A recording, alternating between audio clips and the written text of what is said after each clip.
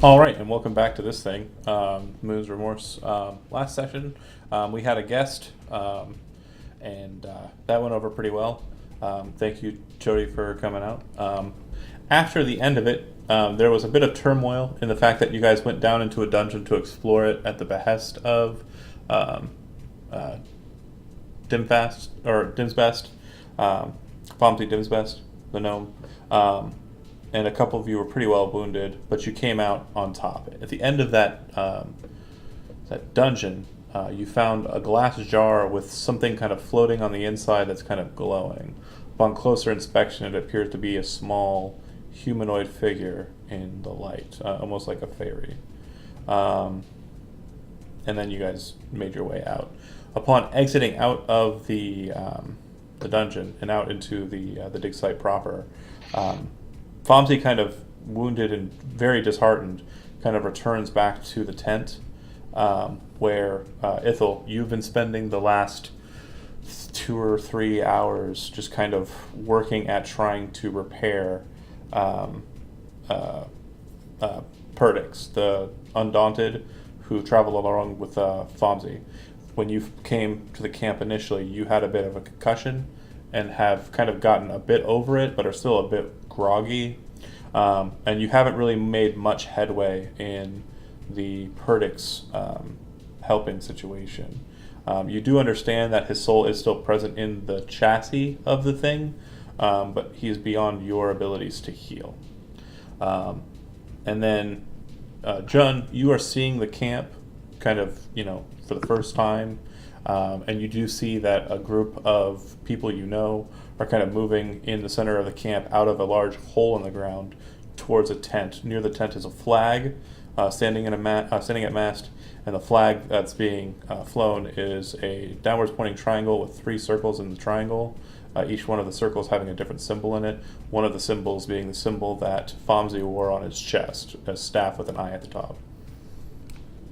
And I'll just leave it to you guys. Again, Fomsy enters into the tent. Ithel doesn't seem to be much for conversation. It kind of goes to a small partition inside of this military-style tent to kind of be to himself.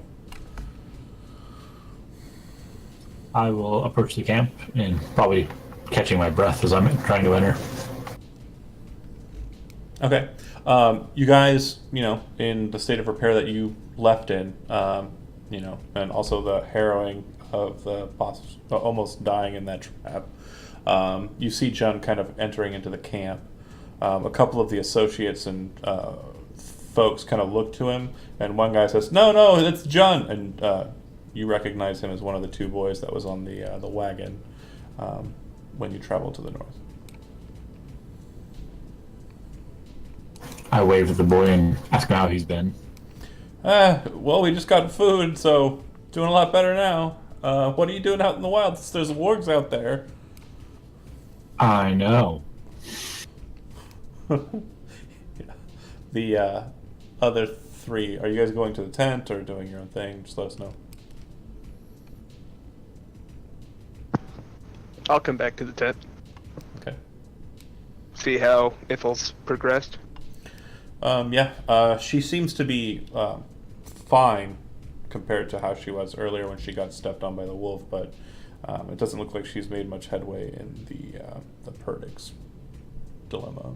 And the girl Meryl, who was injured by the wards, is she nearby? Is she okay? You left her at basically her and Felix both went to the same tent that you left Ithel in the first place.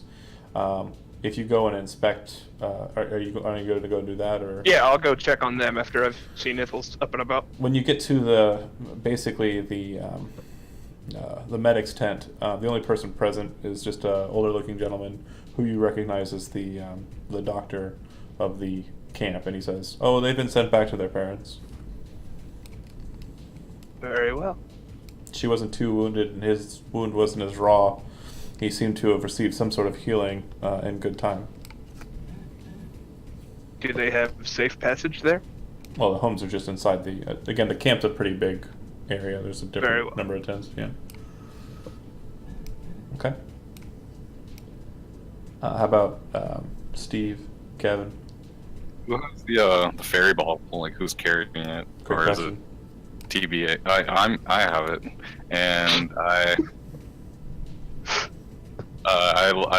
is the fairy, does it seem conscious, or is it It's like just? it's not a ball. It's a jar. It has a lid. Yeah, I mean, like the fairy jar. Is it the thing inside seem like it's alive, or is it The just lights kind the lights moving. The creature inside is not. of? I like tap on the jar and I hold it up to my ear and see if I can hear anything. You're listening to the jar. You hear kind of a buzzing sound. When you look at it, it doesn't look like the creature itself has wings. The light is kind of pulsing, but the buzzing sound that you're hearing, it doesn't sound like a buzzing of wings. It sounds more like on electricity. Ah, interesting. Like, you know that feeling Oh. when you walk into a room and you automatically know a TV's on because it's got that kind of, like, especially older TVs, like it's got that kind of just atmosphere of a thing running. That's what you're seeing. That's what you're hearing here. All right.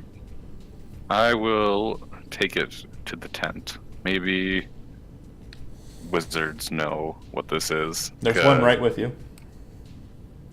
Oh yeah, I guess I'm still walking with a wizard. Lazarus, what do you make of this? It seems to run on some form of electricity.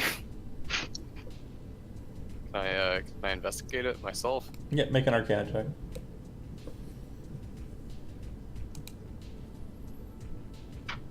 $25. That's really good. Hold on a second.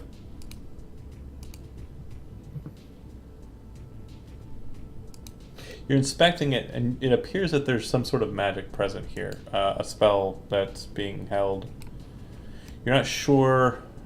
Well, you feel like you know what it is, and I'm about to send it to you in a whisper. Hold on a second.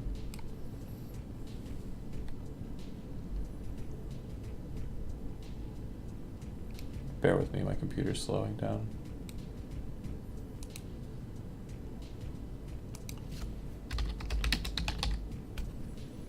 Oh my god, computer!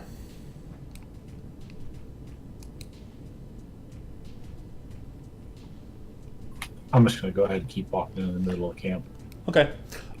You would see Cypress kind of moving about, heading towards, heading out of the medic's tent, which is close to where you enter in. Cypress, you spot Jun kind of, or are you doing, I mean, you're just walking, right? I was just walking back and forth through the tents, checking on the people that I know. Yeah, that was more for Jeremy, but so you're not Yeah, I'm just sneaking. walking straight Okay. in. No. No, Yeah, I'm you- just wandering. He still didn't. So you see each other. What the hell? We thought you. We thought we lost you in the river. You did. What? But I'm back Where did- now. Where did you go? To shore. Where else would you go from the middle of a river? A fair point, but we did search for you, you know. I guess it's something. I'm here now, I guess. The others didn't seem too keen to continue the search. Not surprised. But welcome back. And I'm gonna tell Jun to follow me. We're gonna walk back towards the main tent, where Fomsy and the others are. I say okay.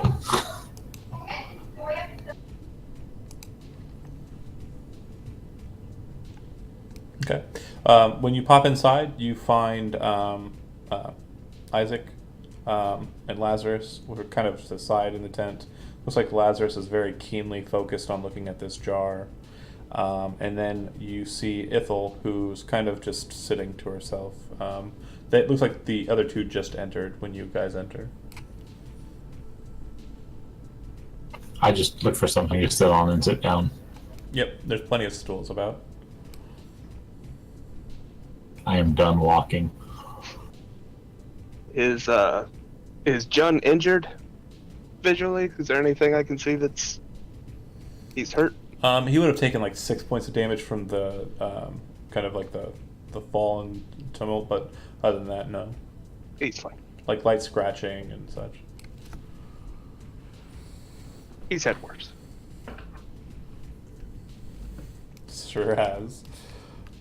So, Lazarus, what do you make of this thing? I believe it holds someone's soul. It's a magical container. But yeah, it houses the soul of an individual. Should we we not release them and let them be free to go to the afterlife? I don't know.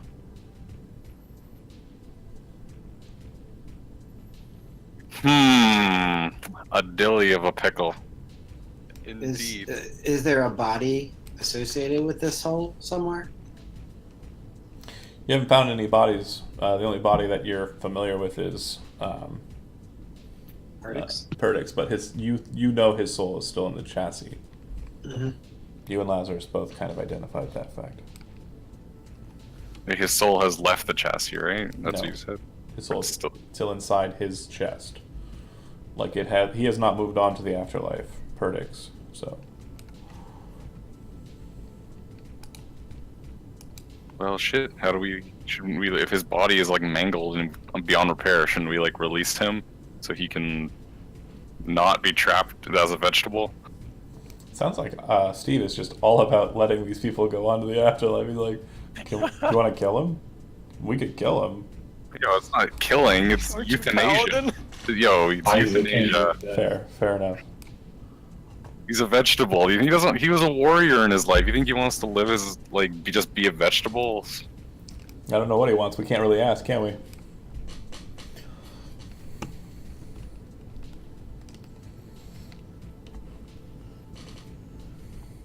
But yeah, work it out amongst yourselves. Feel free to chat it up. Can we find a tinkerer to fix the body?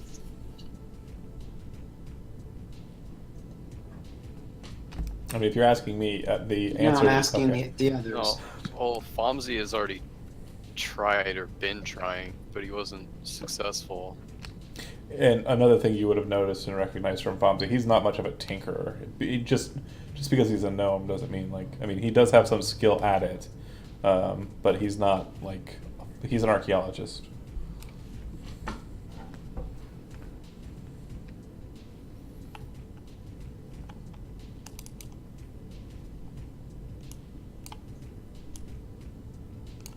No idea is too stupid. Whatever you want to do.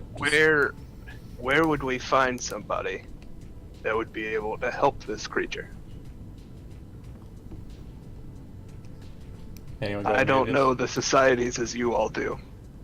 I have no idea where to start. I don't know. I have no idea either. It's not common. I don't know.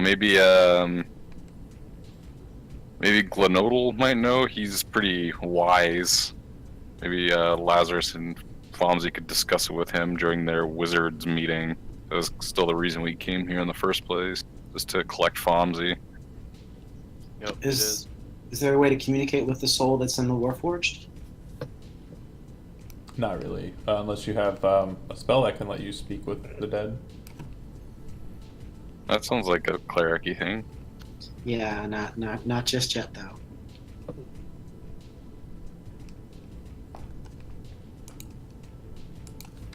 Hey guys, I made it. Nobody even Right, recognized that June's June there. is here. What happened to June? Ithil asks. Just been wandering through the forest out here for hours trying to catch up to you guys. You did a good job. Could have used a man of your talents where we've been. Yeah, I heard you guys look for me, but not that hard. So, You've proven resourceful enough. I wasn't worried. you haven't, and I was a little. How many traps did the paladin set off this time? Just one. Uh, Just one. Tied for the record. Yeah. I'm catching up. We could show it to you. I'm gonna sit there and start taking inventory of all my stuff and make sure nothing else got lost in the river. You're missing the stone.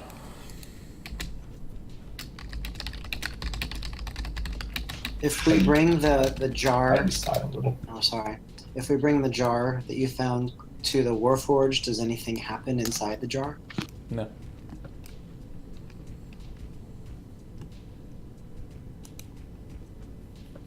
We can try. Perhaps we should either open the jar or try to bring this You read the whole card, right? vegetable Kevin? creature back to Yeah, dude. your I'm wise assuming man. I know that it's like You know the whole contents of There- that spell and yeah, exactly so what will something's happen. in that. Yeah, okay. I would advise against opening it. Why? You're being a little coy. Tell us more. Yeah.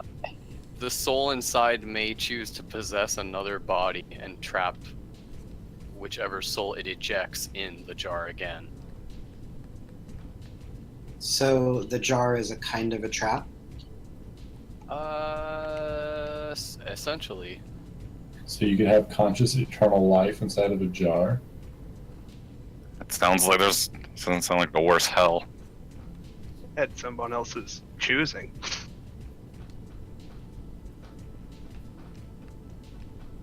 I mean,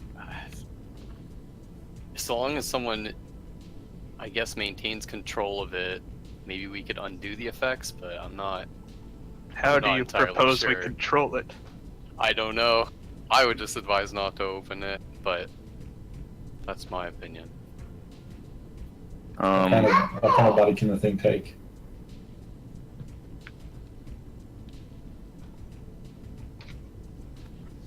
A humanoid of any sorts, any of us. Do we know who's in the jar? No. Would I be able to use my divine sense to see if like the soul in the jar is malicious? You're wanting to use Divine Sense? Yeah. Yeah. See if the You can see if attempt the- it. Sure. When you use Divine Sense, the emanations that you're getting from the jar don't appear to be of celestial, fiendish, or undead nature. They don't appear to be anything to that effect. The soul does have a certain kind of necrotic, kind of almost undead-like tinge to it. But as you kind of look at it, it's not the soul itself that appears to be that way. It's more or less the jar that appears to be that way. So it's not an undead creature. But apparently the magic that was used to craft this jar and contain whatever's inside of it was necromantic in nature. Oh, so the trap itself was like You would put also, together with dark magic. I think the main thing you should be focusing on, Kevin, is the range of the spell and who it targets. Humanoids? Range of the spell and who it targets. Doesn't say on the card. The range is self. You cannot cast this on someone else. You cast it on yourself. Can't you just puppet master somebody else to open the jar for you? You get whatever's in there could leave the jar at any time. It's not imprisoned. Oh. It's basically like a sleep. Okay. Basically, whatever it is like it's in there, and it can leave whenever it wants. I am willing to open it. If it leaves, it dies. Is that the thing? Unless it has a host. It'll it's- invade another body. If it's yeah. forced open, its two options are to die, find its old body, or try and possess another one. So if What it if can leave we- whenever it wants, why did you guys take it with you to begin with? Oh, they didn't know that was the case. They just figured that out. Oh, well, get that thing the fuck away from me. Why don't we? Is there any way we could like get the soul to possess Perdix's dead body? Well, the body of Perdix is the problem. Perdix's body is currently filled with a soul. Yeah, Wouldn't- it would have to It has fight a for soul, but the control. body is ruined. When it takes over another host, does it eject the soul that's in the Yeah. body, or Correct. they just? Well, then couldn't we like swap the souls, put Perdix in the jar, and let this thing take his body? Can you cast 6th level necromantic wizard spells? It's just a Yes, hypotenuse. actually. All of a sudden, Oh, I'm glad you asked, because it says here. John's surrounded by a bunch of undead. Who knew? Ta-da! I don't know what to make of this, my fellows. This is not my forte. I'm good at two things: setting off traps and smiting evil. I feel like we're wasting time. Perhaps we could show this to your archaeologist friend. He was digging for things like this, was he not? Yeah, if we, does Fomsy want this jar since we found it in the ruins he was thing? Like, this is technically, I guess, like his artifact. He says, yeah, I would like to take it back, like over in the corner if you ask him. He says, yeah, I would like to take whatever we found that you're not wanting to keep for yourselves back to the museum. He kind of walks over towards Lazarus. Lazarus, make a dexterity saving throw. Oh boy. 18. It's really good. As you start handing over the jar, Fonzie's hand kind of slips on the jar. Like, you know when you hand something awkwardly to someone and they aren't really receiving the whole thing before, and sometimes it drops? It falls, but you manage to catch it before it does. But this jostling of the jar causes the lid to fall off, and it seems like the light inside just vanishes. Does Fomsy look the same? Fonzie looks no different. I take a few steps back and draw my sword. Okay. I'm keeping an eye on June. Jun has a sword drawn. That's a weird stance to have. The Undaunted doing. It's a pile. Okay. Does everyone feel the same? No one's possessed? I am Cypress. This is a fun game where nobody actually knows each other. Just trying to explain how they are themselves. And who knows who I've been whispering to the last couple of minutes. Oh no. Oh god. Oh. Pomsey looks to the jar and kind of picks it up and kind of shuffles the lid back onto it and kind of shrugs. Well, I don't know what happened, but whatever was inside of it's gone now. And he kind of shrugs. He looks up to you and he says, "Do you still want me to go with you, Lazarus?" Yes. Wizard Man requested your presence. I forget his name. Yes, I recall. If you guys are like We still seriously, have the jar, correct? yeah. Well, Fonzie has it now, but you guys are kind of looking at each other. If you are seriously in that state of, make an insight check. If you're looking around paranoid.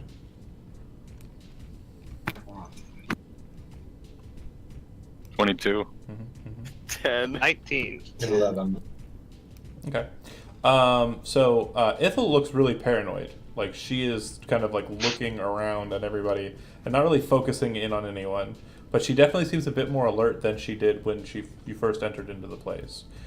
Jun has a sword drawn and is kind of standing there, just faced off against everyone. I'm back to a wall with defensive stance. The lizard folk, of course, look suspicious. I mean, as always. But he is kind of focusing in, and you're pretty sure that nobody that you can see, Zach, present, appears to be possessed or different in any way. Isaac, when Fonzie kind of says, let's go, to the wizard's place. You're not sure if it's really something to read off of, or if he's just kind of like depressed based on the situation. But there's something just noticeably kind of off. He seems more dour than you recall, and you're not sure if that was because of the jar possessing him, or if he's just really just super depressed. And Lazarus, you two are also really paranoid, looking at the jar, wondering what it is. But obviously, whatever it was containing was a pretty powerful spellcaster of some sort. You're not sure if they're malicious or not. Oh boy. Alright, well, let's just make our way back to the boat. Nice and easy. All y'all. Do your trick again, Paladin. Scan for it. This I couldn't pick up anything on the soul because it's technically like I don't have the my spider senses don't sense things that aren't undead or otherworldly. I get the jar is of an evil nature, but the soul itself, I don't know. I'm not that attuned enough. We'll check everybody in the room. Make sure they read as they did before. Ethel puts her hand on Fomsy's shoulder. Okay. He looks up at you and says, "What is it?" Oh, nothing. Oh, nothing. Keep going. Okay.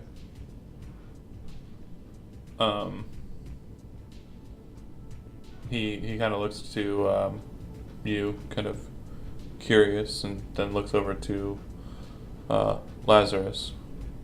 Whenever you're ready, I suppose. I just need a little time to make sure everybody knows the path that they need to take to get back to the border of the countries so that they can go back to where they need to go. Am I able to pick up on like any of his mannerisms like changing at all? Like, is he still kind of talking the same, like acting the same? You know Seems what I mean? normal. Okay. All right, then I'll just nod my head, and whenever you're ready, whenever the group's ready, we'll be on our way.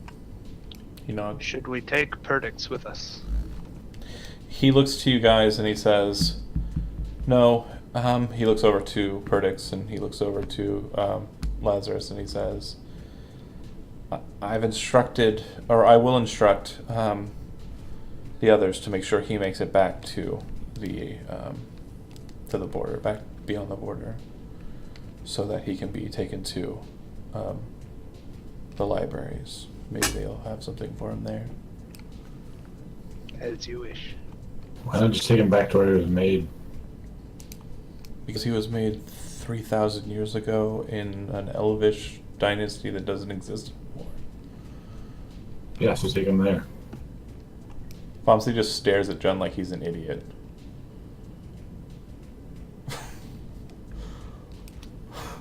Let's get back on the boat, John. You've had a long day.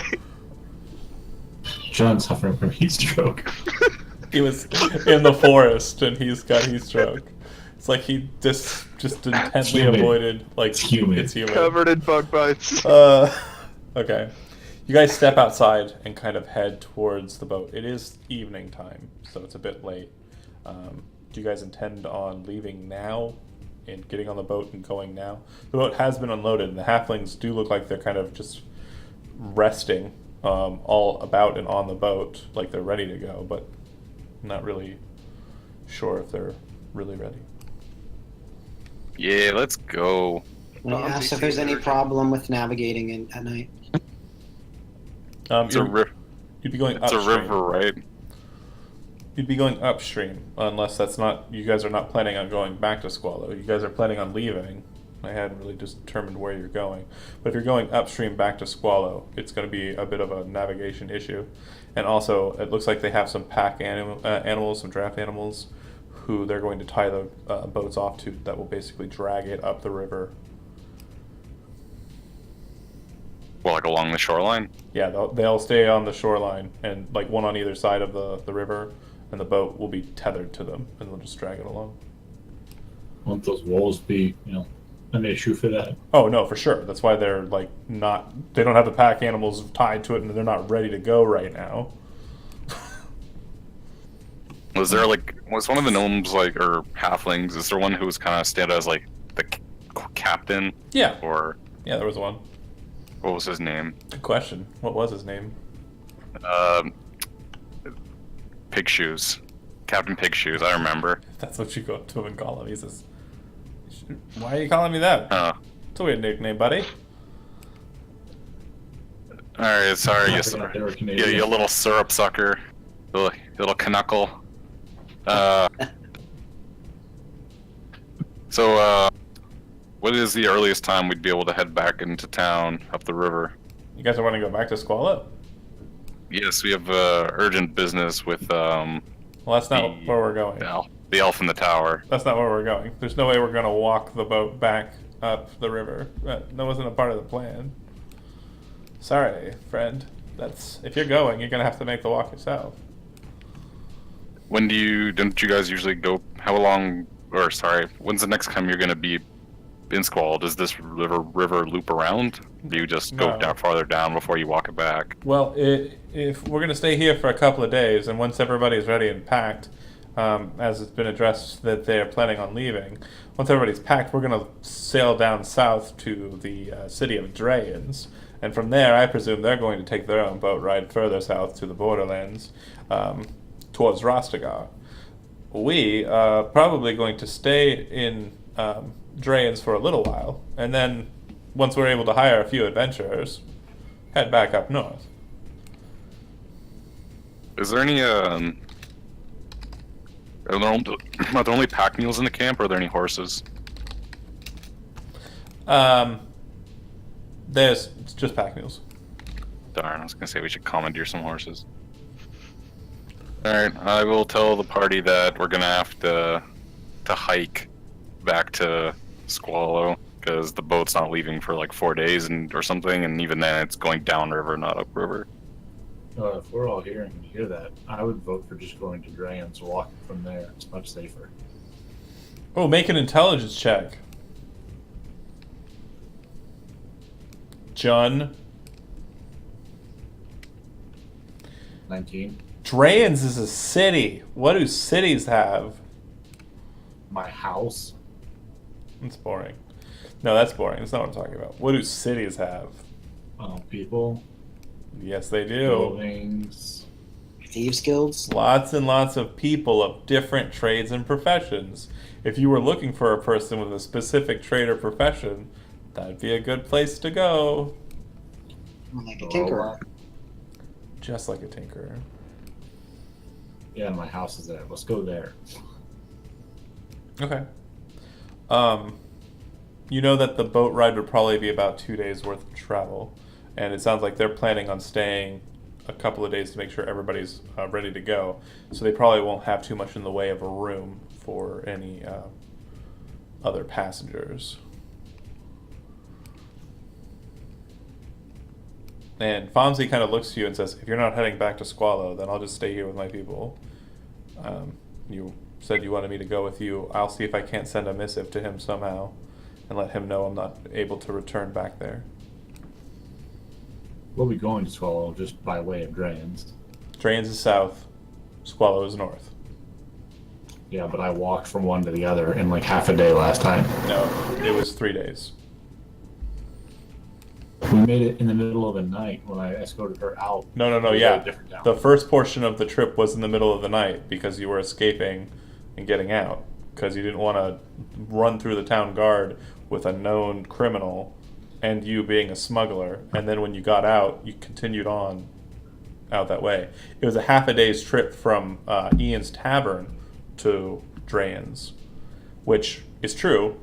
Ian's Tavern is in between this campsite and Drayens. Okay.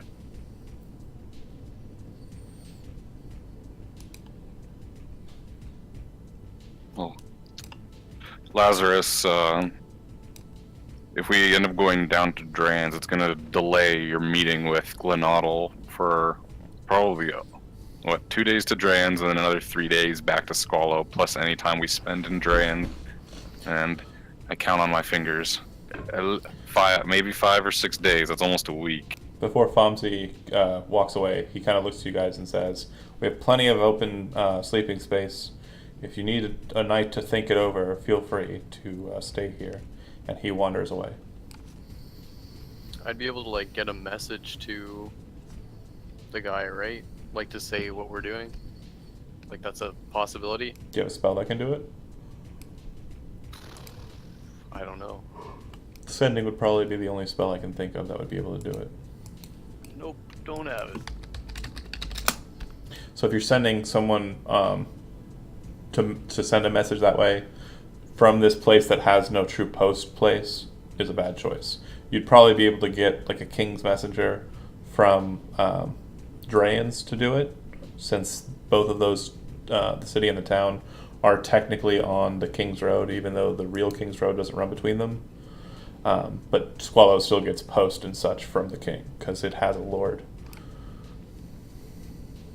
Like familiars have range. They correct? do. Yeah. He's But- a raven. Thunder Raven. Familiars can, I believe. Let's see.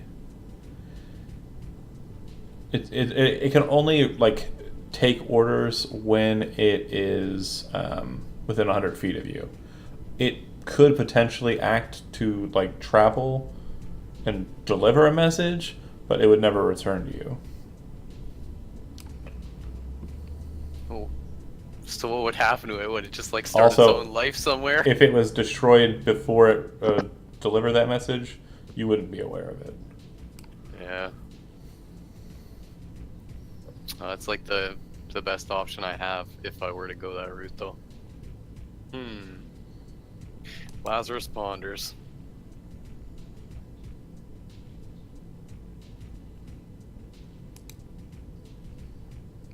So let me know what you guys are doing. How long of a walk is it to Squallow? It's about a day and a half, 2 days walk.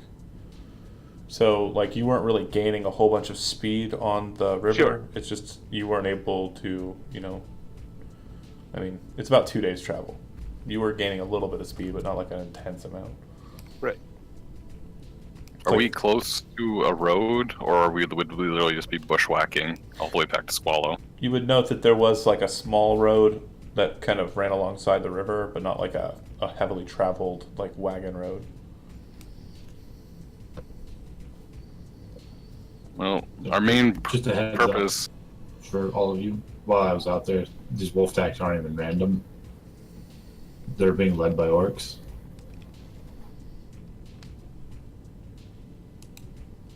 If that helps.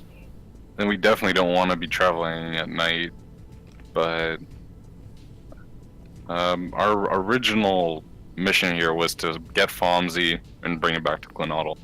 The fastest way to complete that task would just be to spend the night here, wake up bright and early, and then just head out during the day when the wolves and orcs are less active. At least more visible. Sounds good. Be right back. Like, unless someone has, you guys really want to go to Draen's, like, it's gonna add a lot more time to our initial task.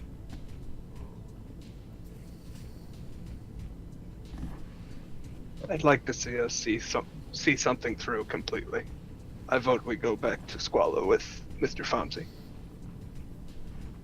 That's what I'm leaning towards as well. I'd like to see this through before we start deviating even more. I support that. If that's a consensus, you guys find yourself some bedrolls and did that. And wake up the next morning. Let's go ahead and say as usual, Isaac, you're the first one awake. What do you do? I'll get out of the tent, kind of survey the camp. Is anyone else up? It doesn't. There are others up, but not any of your group. When you wake up, though, you do notice that most of the people that are awake appear to be on the southern side of the camp, staring off at the horizon. Now, as I've mentioned, to the north, there's a bit of forest that kind of closes in around the riverway, and then encircling the camp, there's a bit of, bushery, but not too terribly much compared to the forest that's in between you and on your way to Squallow. From this vantage point, even though it is some distance away, if you were to kind of look with glass, you might be able to see kind of the ridged area and higher hills and mountains that kind of adorn and surround the city of Draen's. These people are looking out in that direction, and from what you can see, there are large things hovering in the sky, and appears to be lights kind of flashing, even in the early sun, are visible at this distance, that appear to be flashing from these large things that hover above the city, or where the city, you presume city is. Does anyone looking out? Do they have anyone have a spyglass, or are they just kind of like? No, nobody has a spyglass. They're just kind of staring off and are kind of confused. Oh, it's an interesting way to start the day. I'll just kind of look out with them and kind of look to someone whoever's closest to me, saying, "What's going on down there? Any ideas?"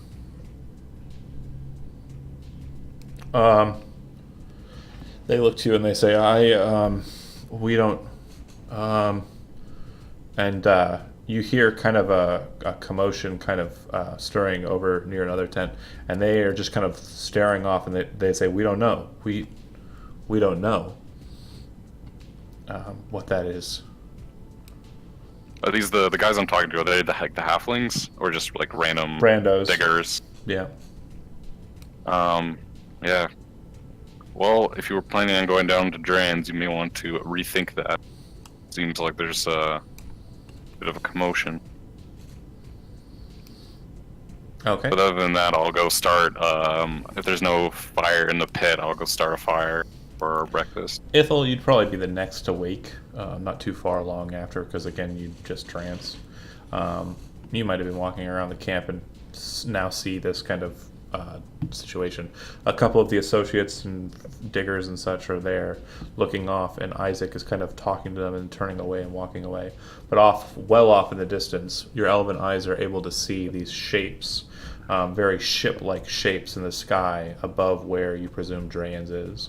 And so Drans is about 30 or 40 or so miles away from where you guys are located. The reason why it takes so long is because of the terrain in between isn't exactly the most level, but you're kind of at a higher vantage point and are able to see the terrain around Drans, and it's in that direction this is happening.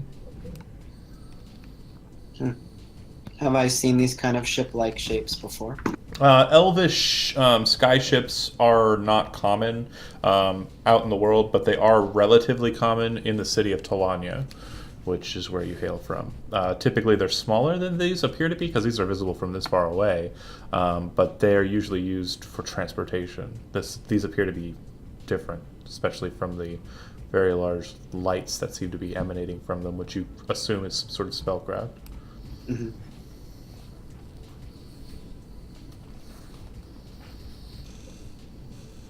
Okay. Lazarus, not too long after, you wake up, make your way out and about into the open. This is also a sight that you would see. If you'd like, make me a Arcana check.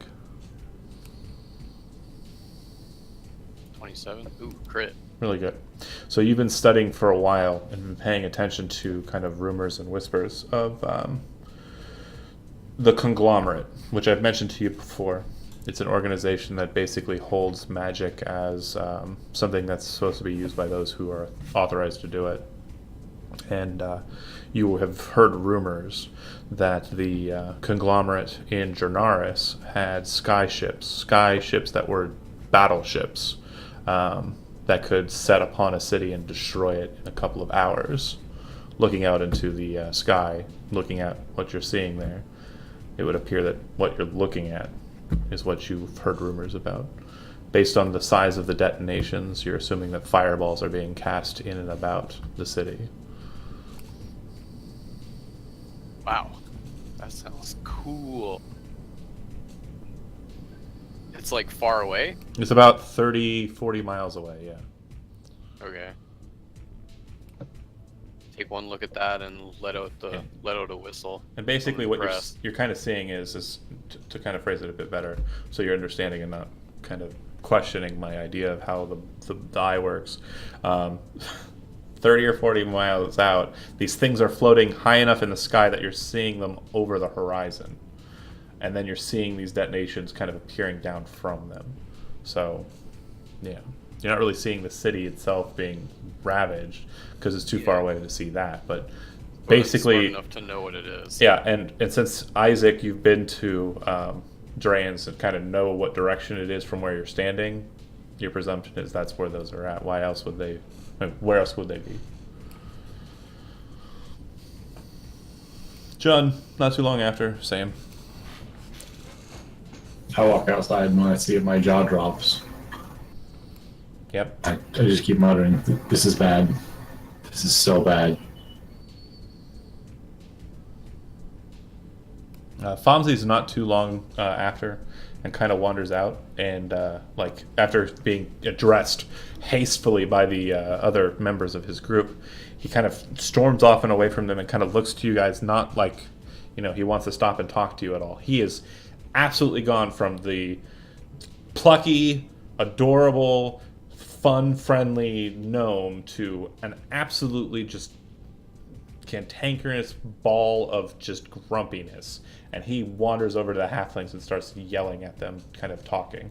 It sounds like from anybody who's close enough to overhear that he's trying to see if that they can assist in getting them to a point that might diverge away from Drayans, and they keep telling them that there's no... the halflings keep yelling back at him. There's no waterway that could do that. The only waterway is the River Squallow, and it goes through Drayans.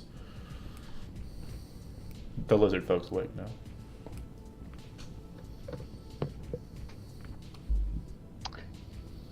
I'm just going to try to find the others. See if I can't find a spare shield, if anybody in the camp is willing to part with one. Preferably of wood.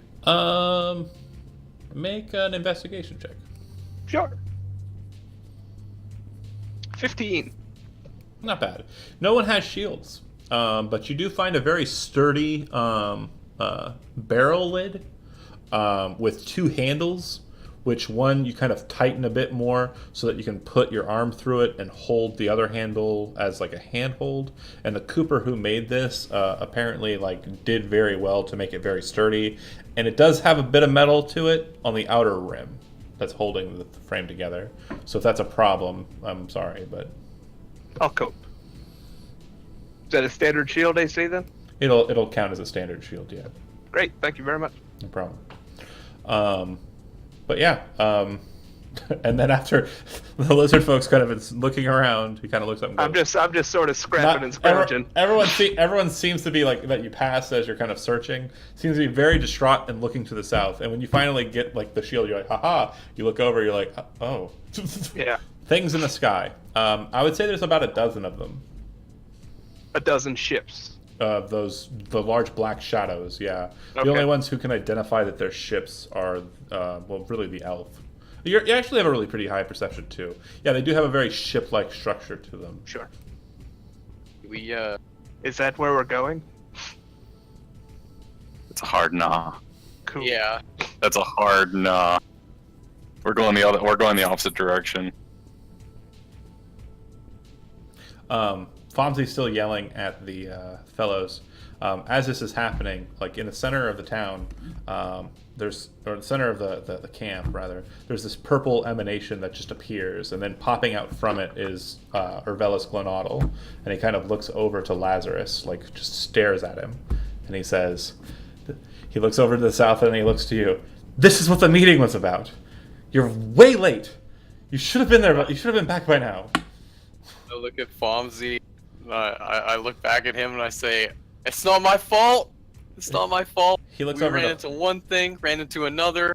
He It's walks- problems after problems over here." He walks over to Fomsy and he says, "Listen, you have to go and tell your associates, especially the staff members, that this is happening. This cannot be allowed to exist in our nation state. Go quickly." And Fomsy kind of looks to him and then looks over to the halfling, boat riders, and the elf kind of looks to the gnome and he shakes his head. You call yourself wizards? You can't even move across the world quickly? And he grabs a hold of Fomsy and the two disappear. Couldn't have taken me with him. Good job, mission complete, boys. All right. I We will did it. count that as a win. We delivered the package. Yeah. As his form, Sounds like our path is clear. as his form kind of disappears, you see that as he's like finishing the verbal component of the spell teleport, he's tossing a piece of paper to the ground and then vanishes. So that's something you notice that he kind of... Oh, what's the paper? When you pick up the paper and kind of look to it, it shows you like these sketches that appear to be done in kind of charcoaling. And from what you know of Urbelis, it looks like it's his hand. And you speak Elvish, right, Lazarus? Yep. Yeah. It looks like he's got notes in the margins and all throughout on the pictures that seem to be kind of documents of his note-taking here. The three drawings that you see, one appears to be a detailed sketch of what you're kind of looking at a distance, and it seems to be notating like the number of people that are carried on the skyship and what the skyship's capabilities are. It appears too that he specifically focuses in on the thing's engine, which appears to be some kind of containment chamber for elementals. So the thing is powered by air elementals that are basically contained inside of prisons inside of the bottom of the ship. The second thing he notes is this strange looking golem device, but its head appears to be clear glass, and he's drawn in very good detail a brain inside of that. And his notes in the margins and next to it say that this device is apparently the dead warriors of the past that they have brought back to life with without question, and that follow their commands as they please. And then the last thing he kind of notates is this strange-looking device that appears to be kind of circular in nature, and it's kind of scribed on. It appears that what he's kind of alluding to here is that the device he's mentioning appears to be some sort of device that allows kind of like a person to use it as a flying disc. Very similar in kind to the spell Tensor's floating disc, which you would know or have heard of, but without the limitation of being bound to the ground as Tensor's disc is. Cool. And the other thing you note in the margins and also in basically the thrust of it is that these are devices that he has scried out that are being constructed by the conglomerate in and around the region. So these are essentially his like notes for the meeting that he was going to show us the blueprints of their devices, like they're using, and Yep. et cetera, et cetera. Okay. And how to I'm possibly deal with them. But he apparently has left to go and officially warn the people to the south.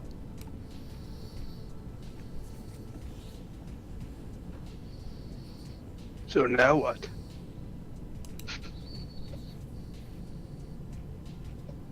We have to go there. Yeah.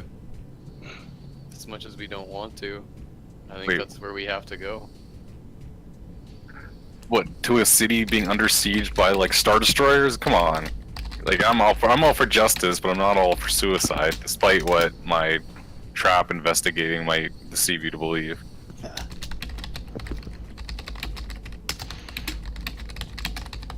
Urbelis needs us. The people need us.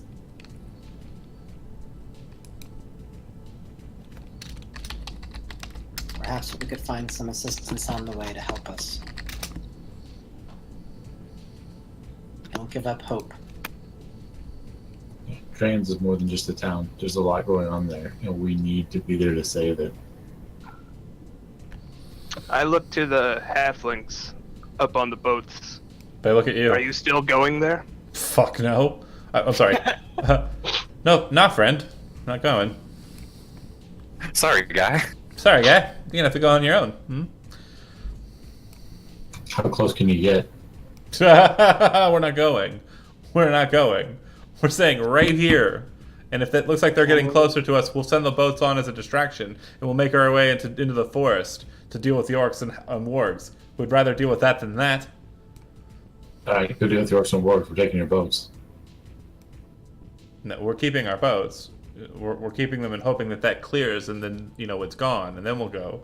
But if they start heading in this direction, we're gonna send the boats downstream, and then we're gonna hope that distracts them long enough for us to escape. We're not giving you our boats. So yeah, Do you think they'll come in this direction? Yeah. Oh yeah, as soon as they're done with drains, they're coming this way. If they're already willing to part with the boats as a distraction, why not at least lend us one and let us be that distraction? All we need is one boat.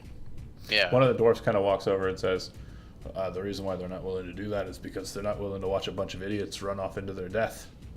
We don't know what that is, but it looks like they're destroying a whole city, lad. Yeah, Hey. don't want any of it. Hey, we only have one idiot. Yeah, and he doesn't want to go. So what does that tell you? Cypress is doing sort of a head count. Which The math one? is off. It's all of them, isn't it? So, We got at least 4. If we actually want to commandeer a boat, I can probably convince them. Just for Good. my regalness, most people will accommodate someone of my order. Yourself that you want to go. But yeah, you're also gonna have to convince me that's a good idea. Like, I don't know anything about the conglomerate. Was this what they're doing? Like, it sounds like they're an association. Is this what they're doing? Maybe it's perfectly legal. Maybe they have a warrant. Maybe that. It's not. I don't know. This nation. If you're saying it out loud.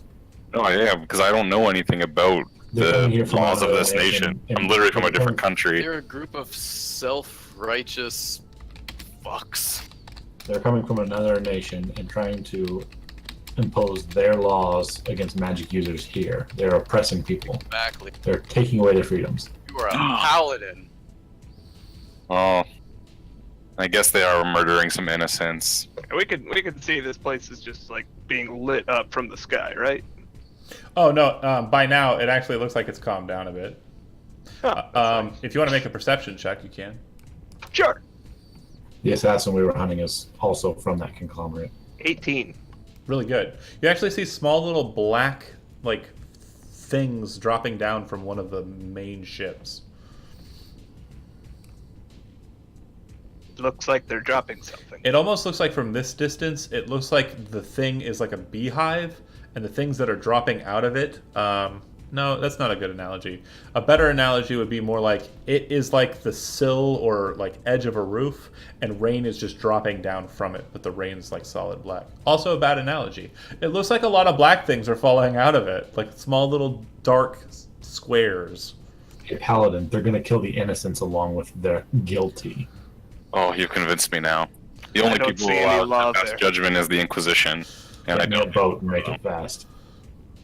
Oh, all right. Commandeer a boat and make it fast. All right, I'm gonna get in Make the there. boat. I'll be like, you've convinced me. I'm gonna go out to all these and be like, we need to commandeer a boat. I'm of the Comos Palatinus. I am from a position of privilege. I'm gonna flex that part of my background. He shakes Say, I need to take one of your boats, not both, the halfling but I shakes need to his head. commandeer this boat. He's just shaking his head and he says to you, look, if you want the boat, which has been in my family for a generation or for several generations, you're going to need to pay me for it. That's just how it's going to be. The order will compensate you Right in now. the future. If the order is in that city, I don't think it's going to help me much. Don't worry. The order will commandeer you. You can trust me. He kind of shakes his head. Make a persuasion check at disadvantage. Guidance. I'm gonna cast guidance Too on him. late. Don't worry. It's. I'm really good at it. 16 and 24. See, I'm really 16. good at it. He kind of looks at you and he says, I'm going to need something up front. At least half of what I'm asking for up front. What are you asking? Boat's 500. Ever start reaching into my pocket? I can give you. What I got in here? I can give you this pouch. I don't know what's in it. It just says pouch. That's just your gold It's pouch. That's See, where you- gold is gold, That's but the the pouch wallet. could be anything. It's the mystery pouch. Do you have gold going on you? Not, How not much? nearly enough. How much do you have on you? 29 gold. That's how much is in the pouch. He kind of looks at you like, nah, it's not even close. That's all I got. But we're talking about where lives are at stake, my friend. Yeah, yours, if you plan on going into that mess. I would gladly give my life to save the innocent people. Well, I'm not really so keen on giving you my boat. Like I Well, then said, Their lives are, their deaths are on your conscience, my friend. no, they're not. They're on whoever's killing them's conscience. You're not going to be That's able to hard to make do. it in time. It's like a day and a half's trip, or a day or so's trip by boat. There'll be many wounded which we can tend. We have many healers in our group. He shakes his head to you again. Do we? He says, Yeah, we got 3 at least. Because I never get any heals. it's going to cost you. And This is not the time for that. Does anybody Just recall let who picked up the gemstones? Bomsy. Fomsy did? Okay. He walks over and he hands the gemstones to the halfling and says, give them their damn boat. I thought Glenaldal took him through a portal. Oh, he's gone. Yeah, He he's left. gone, dude. Sorry, Yeah, he's got the gone. gemstones. I was trying to help. That was very nice God, of you. That was the first thing I thought of when you said he wanted money. I was like, we have all those gemstones. Oh, Fomsy took him. I forgot Fomsy took him. So, and I forgot Orvelis took Fomsy. So that's just bad DMing on my part. Good luck, guys. Can I Can I DM hold you? on? Can I try and trick him with an illusion of money? I mean, you can try. Like, yeah, okay, let's try, because it seems like we have not many other options. Throw an illusionary plat at him. All right. Yeah, exactly. So I'll like dig into my pocket and be like, "What about this?" And Make I pull a- out said fake coin. make a deception check. And I'm assuming you're just using like a regular gold coin, right? 17. Yeah. You guys watch as he pulls out an Ario from his pocket, which you guys are familiar with because one of you has one. But it's basically a rainbow coin made out of the rainbow metal of olden times, and that coin is worth. Does anybody recall how much that's worth? 500 gold. Exactly right. He pulls that out of his pocket, just seemingly from nowhere, and everyone in your group is taken aback because he just flashing this coin. Like, wow, I guess his pockets are pretty well lined. The halfling looks at you and says, "Deal." Nice Quickly job. get on the boat and get out of here. I We, kinda you're like, we gotta get out of here. Although, We gotta go. gotta save those people. They unload the ship of their stuff, and they leave you to it. It is a long ship with 4 oars that you have just acquired. And you guys start sailing on down.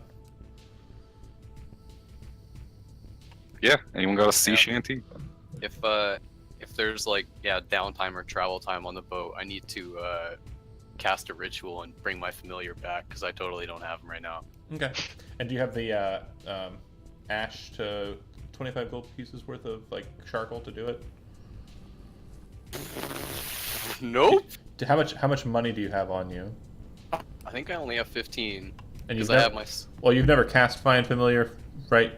'Cause the presumption is you would have Nope. cast it prior to. Oh no, he died. He Yeah. died. No, you don't have the Yeah, he material. died. You don't have the material component. Okay. You gotta find some charcoal. Hold on. 25 gold worth of charcoal? It's special charcoal. Okay. Oh, That's a lot of charcoal. 1,100 pounds of charcoal. Cypress is gonna start rowing because I feel like we're in a hurry. Oh, it's 10, Sky siege going on. 10 gold pieces worth of charcoal, incense, and herbs. Go ahead and just dock 10 gold pieces off yourself. That's fine. Okay, sick. Yeah. And you pull out I assume you'd have the brass brazier to kind of, cast a spell as well. So he pulls out a small bowl and he's sitting there for, a good hour on the ship as everybody else is rowing. Humming, dumming. Are you bringing him back in the form that he was in before or a different one? Hell yeah, dude. Okay. Beauregard the raccoon is back again. All right. And then how many rowers do we have on the one boat? Can one person row 2 oars, or is it too wide? It's too wide a ship. Yeah. It's 15 feet wide. I'll row a back oar. It's Okay. usually you want your power in the back. John? I'm captaining. I think I'm the only one here with sea experience. Okay. I'll be steering. And then the lizard on the other one, and then 2 oars basically just sit idle. Well, the wizard and the elf can help as much as they can. Yeah. Wizard's busy for an The two of hour. them and Yep. One oar is not going to be helpful. Yeah, it's actually going to be The elf detrimental. will keep. You do one of these. Yep. Just bang on the side of the boat, make like a rhythm, give us some rhythm so Okay. we can. You guys are traveling as fast as you can with the 2 oars, making your way downtown, rowing fast, and you're homebound. As you're doing so, though, you notice that about 3 hours into your trip, maybe 4 hours into your trip, those black blots in the sky kind of start moving, and they seem to be getting larger.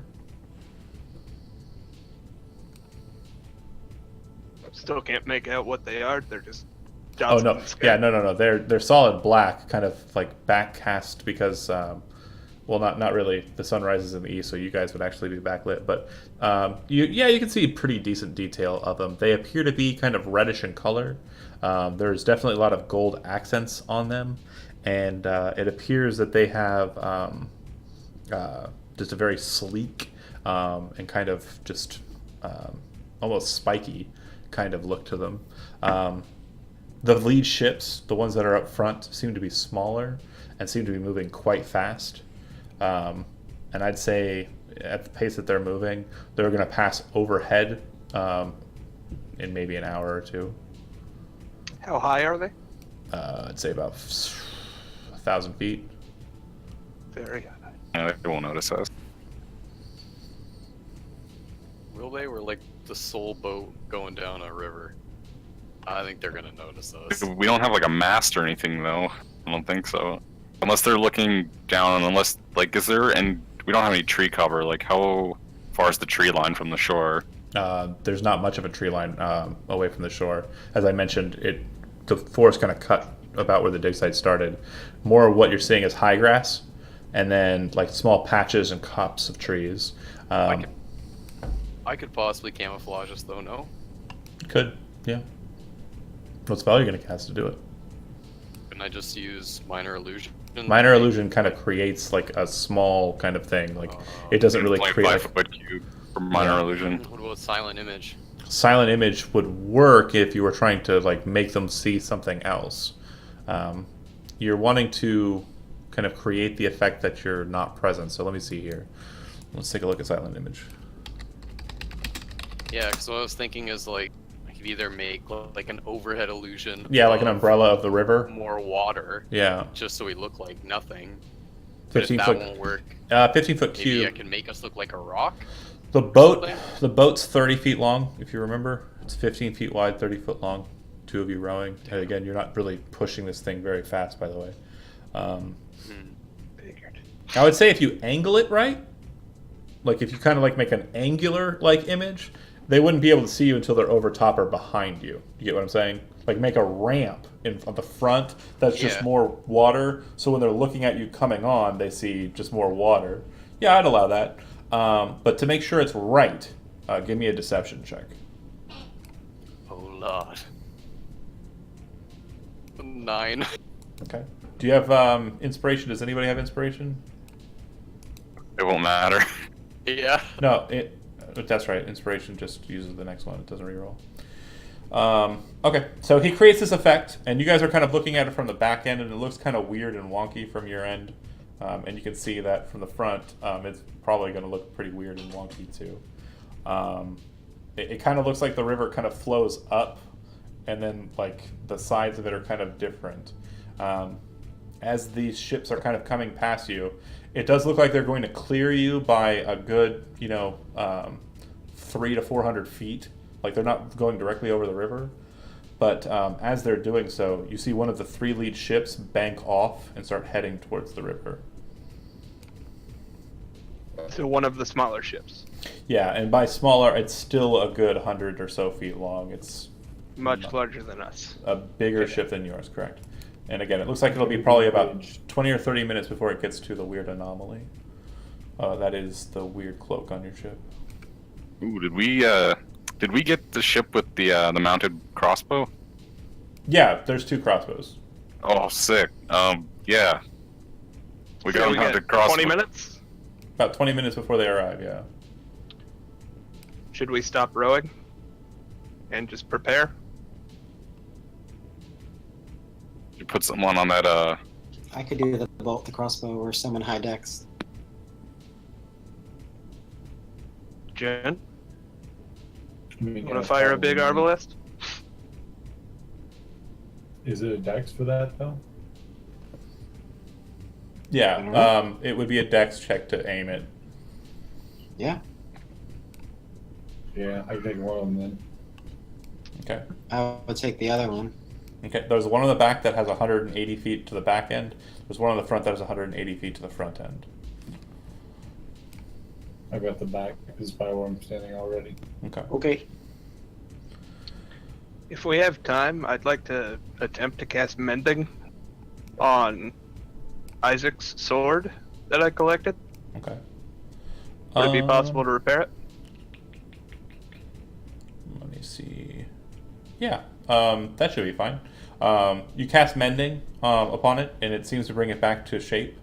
It does look like the magic out of it has basically been kind of broken away from it after it's been shattered, but it does appear to be a functional longsword.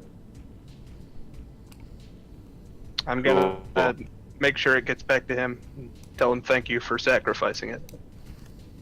No, it's no problem. Your life is more valuable than sword is a tool. Life is worth much more. I think we'll need that tool. Oh, I got it. Let me edit this down since it's no Longer magical. word. Bummer. Yeah.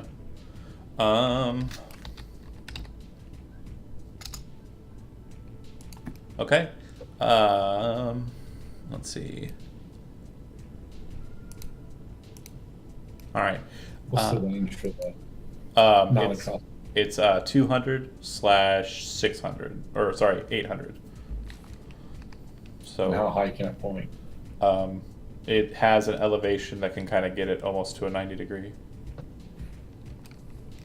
Okay. Basically, it's pintle mounted.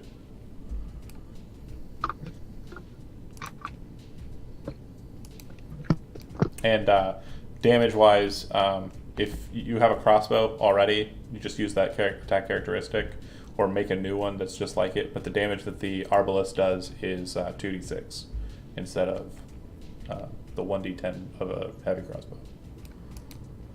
It's I have a lot of crossbow. yeah. This thing is not like you could not fire it standalone.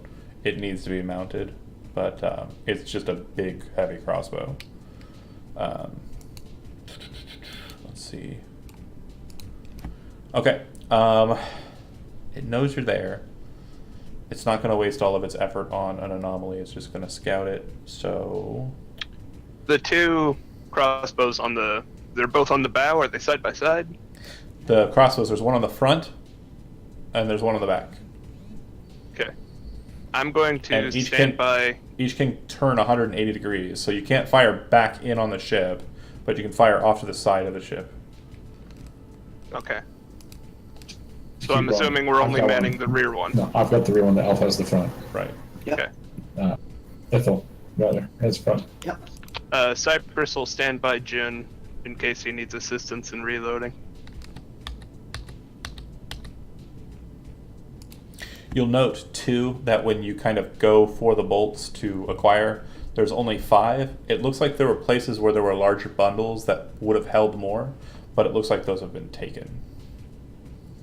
Assholes. Just be glad they didn't take the fucking... yeah. So 5 between the two crossbows. That's right. Okay. I'm gonna have this one loaded, and I'm gonna steer us toward the middle of the river if they're gonna stop rowing, and just kind of let us follow the current, and then pretty much lay on the deck to aim this thing as straight up as I can, Okay. and look for the brain.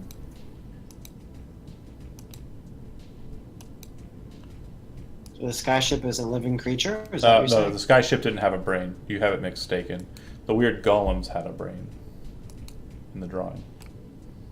Oh, okay. I thought the golem was part of the ship. So the ship containment just has a chamber crew on filled top? with elementals. From what you can see, you don't see people. Like it's Okay. it's 1,000 feet up. Oh shit! I just realized I remember what the brain thing. Oh no. Yeah. Yeah. So I'm gonna make Let's an hope we don't get boarded. I'm gonna make an attack roll real quick, just to kind of set up what's happening. As you guys are looking at the sky ship, it kind of gets to a distance where it's about 300 feet away from you diagonally, but it doesn't look like it's going to move over the course of the river. It looks like it's actually turning. So basically, it was coming at you, right? And then it looks like it's kind of banking and returning back to go to its fleet. But before it finishes that bank, you see something from the top of it kind of detonate. Looks like a cannon or something. And you see this streaking red kind of object flying off in the sky. I'm going to make an attack roll against the anomaly. Which I'm going to assume, because it's still kind of water-based, you're effectively concealed, but you're still visible, so I have disadvantage on the attack roll. Miss. Okay, well that sucks. That would have been awesome. Landing just on the shore with a loud thud, sending like rocks and pebbles flying out into the water, like scattering, and also some plinking off of the ship. You see this thing rising up from the hole in the ground. It appears to be red armored, and it has on its left or on its right arm a strange-looking shield that, as it gets up, kind of emanates this strange arcane energy. And on its left arm, a very large blade that starts to glow hot red. At the top of its head, you see a glass jar that looks like it's filled with fluid, and inside of the glass jar is sitting a brain. It looks like this. Seen this before, or I have. Oh, sweet. Wow. I like it. Okay, great. All right. But it like us. As it kind of activates, you see its eyes are yellow, and it kind of looks over at the boat, and its eyes become bright red. And it kind of focuses in on you. If you're going to take actions that are hostile, now is the time to roll initiative.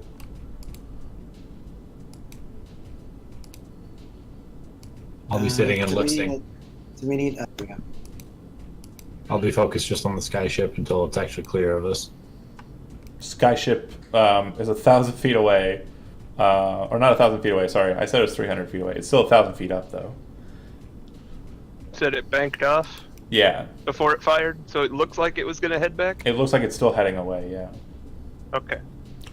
Make an insight check, John. Oh no, Cypress. Slow to the giddy up today. 9. Okay, you're pretty dumb. Lazarus, make an insight check.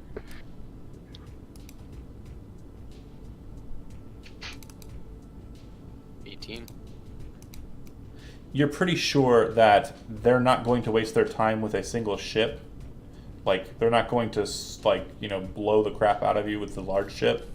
Your assumption is that this golem that's been placed before you is basically here to defeat you and report back what it saw. Okay. Do any of you know what that thing is? A construct of some sort. I think it's here to deal with us instead of the ship itself. It's, I'd say about 40 feet away from you guys, in that it's right on the shore, and you guys are about 30 feet in the water, because the river itself is probably about 80 feet wide. And it would have landed on the side, like, even though if you were trying to bank away from it, it landed on the side opposite you, if that's the case. It basically landed closest to you on either shore it needed to. We should be pretty much dead center in the water. Then that makes sense. Yeah, 35 feet, 40, it's right on the shore. Yeah, that makes sense. 40 feet away.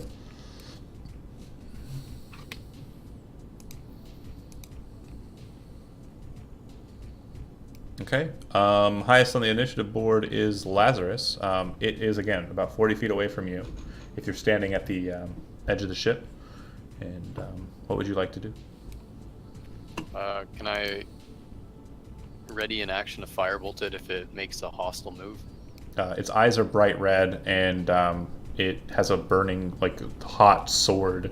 Do it, it's hostile. You can do what you want. It was launched out of a cannon at us. It was launched out of a Hostile. cannon at you. That I'm not getting a friendly vibe. crit. Go ahead and roll that damage. Okay. You hit it as it detonates. Hold on a second here. It seems to almost reflexively kind of raise its shield up to kind of catch the bolt. Hold on a second. I know it has something. Be right back a sec. Yeah.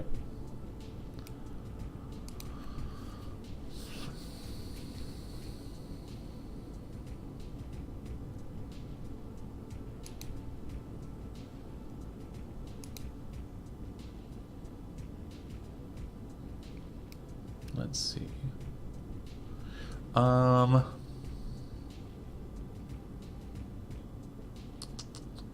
It's not immune to it. Okay.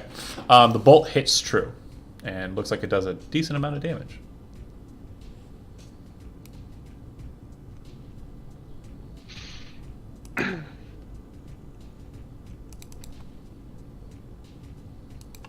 Okay. Yep. Yep. Next up is Ithel. Ithel sort of had turned around I guess, is it a ballista?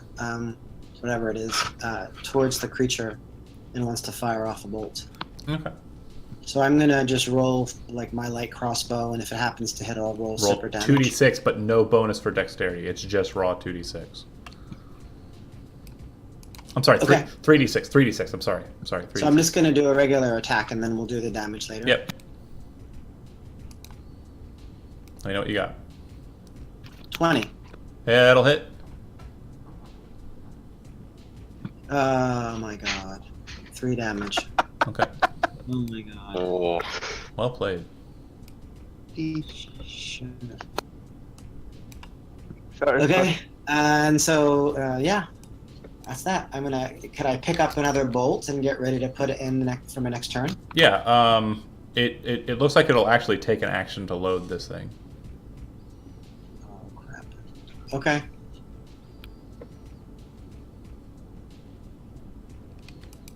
That's it. Okay. Next up is Isaac. Did Cypress say he was going to help? That was unintentional. You're going to Jun's side, right, Cypress? Like you're going to the Yes, back of I'm the boat? at the stern with Jun. Alright, and I'll go to the bow, and my action will be to load a bolt for Ithel. Please.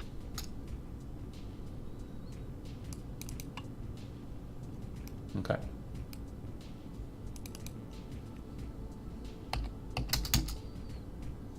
All right.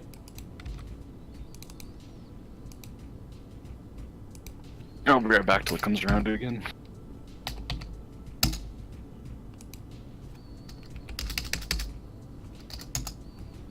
John.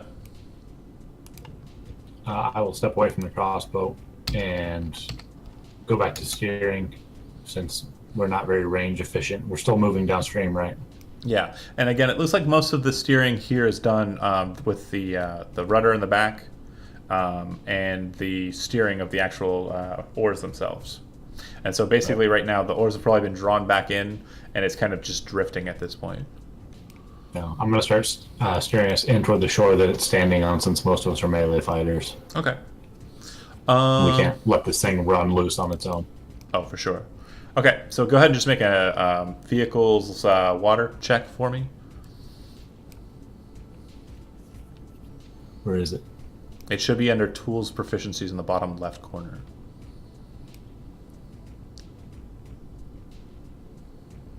Yeah, 18. real good.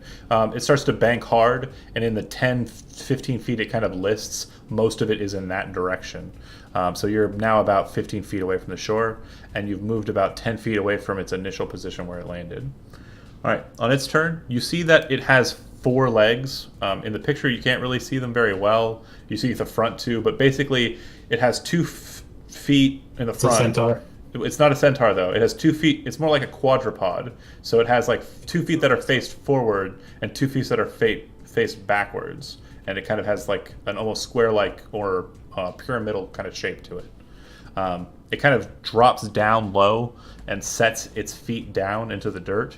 And then this burst of fire bursts out from all 4 of the feet as it just launches right towards you and kind of lands right onto the ship. Who was in the back again?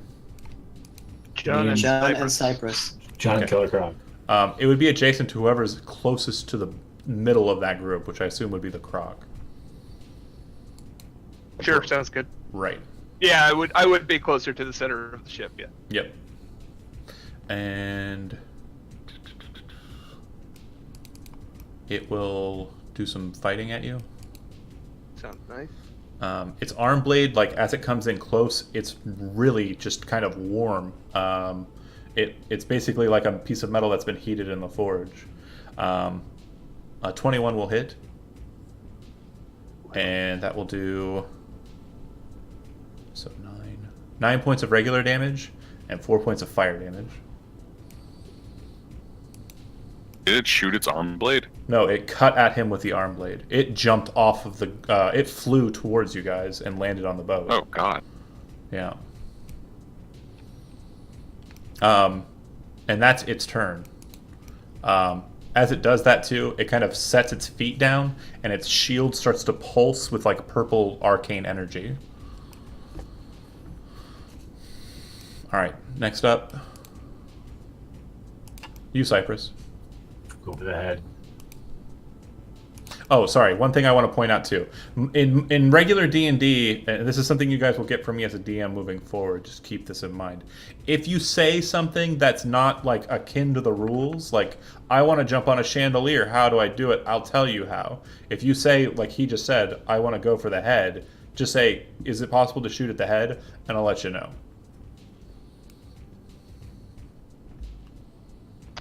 Well, I don't have a way to attack the head. I don't think a bite is going to penetrate a jar. Just climb up there. Hey, Mike, you got some strong jaw. I'm going to cast heat metal Okay. on the like the chest piece, the core of it. All right. Saving throw DC is 13. okay. Success.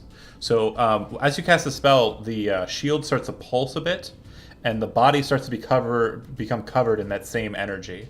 And it seems to be resistant to the spell as it's cast. It seems to kind of just wash against this weird bubble shield that's around its frame.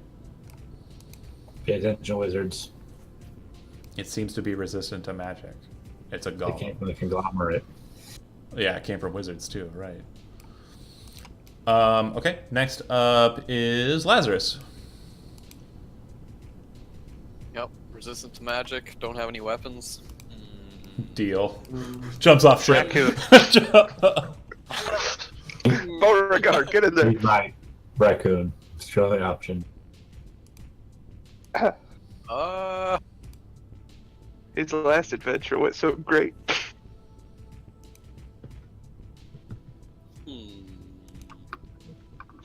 Was that the one with the blades and the stomping? No, that was He sent him you. down a hallway and it was killed by a bug Yeah. monster. Yeah, Got no, ate by the rust monster. yeah. I was like, who got smashed by the first trap? And then I remembered it was the lizard folk. That was nice. Okay, I Almost stepped lasted out my after I grabbers. cast the firebolt. Did it take any damage at all? Took all of from the it? damage, actually. It didn't seem to catch it with its shield or anything. It seems like specific attacks from spells are fine. It looks like it's just more resistant to spells that try to kind of mess with its shape or frame. Okay, so then round 2 firebolt. Hit. Oh, solid. It kind of catches the bolt with its sword before it hits it in the face, and sparks kind of like sparkle off of the blade, but it seems to have kind of warped the blade, heating it more than it needed to be, which is a bit, it looks like it damaged it a bit, is basically what I'm saying. Ithel. Yeah, so I'm gonna spin the ballista around and aim it towards the golem. You cannot fire inwards on the ship. Crap. Okay. That's a problem. How about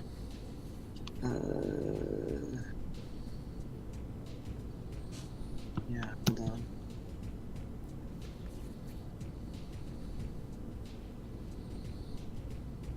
Okay. Save DC. 14. Okay. As the beam drops down from the sky onto it and kind of hits it, you see that this bluish aura kind of wraps around it and seems to kind of stop the magic before it hits the frame. Okay. Just rolling pretty good, guys. Get the better of 2 dice, so. All right. Isaac, it is, if you're on the front of the ship, it's about 25 feet away from you. All right, I just charge it. And as I do so, I draw the sword that was recently mended. And as I draw it, I'll do the thing before. I'll bonus action cast Divine Favor. Okay. Yeah. And then when I get to it, I'll slash him. Okay. It's 22. That'll hit. Okay. So 13. It looks like that damage. It looks like the slashing damage from the non-magical sword is resisted. Like it's not cutting as deep as you'd like, but the radiant energy that pulses causes a piece of paneling to flip off of it, and a bit of the interior design of the leg to kind of show. I guess I was gonna ask: is there any way I could just yell out as I slash, try to get its attention? Yeah. Just double checking. Lazarus, did Lazarus tell us what he read in Glenaddle's notes, or did he keep that to himself? I'm assuming he mentioned what he basically had there out loud. Yeah. Okay, then what I'll say, I'll be like, if there's truly a warrior spirit within you, face me. John. What is it facing currently? It's currently facing towards the back of the ship, so towards you, Ithel, and but it looks like the center chassis of the center of the thing can move on axis on the 4 legs. It looks like the head can also spin around at 360 degrees. Okay. The shield is currently pointed at me. Mm-hmm.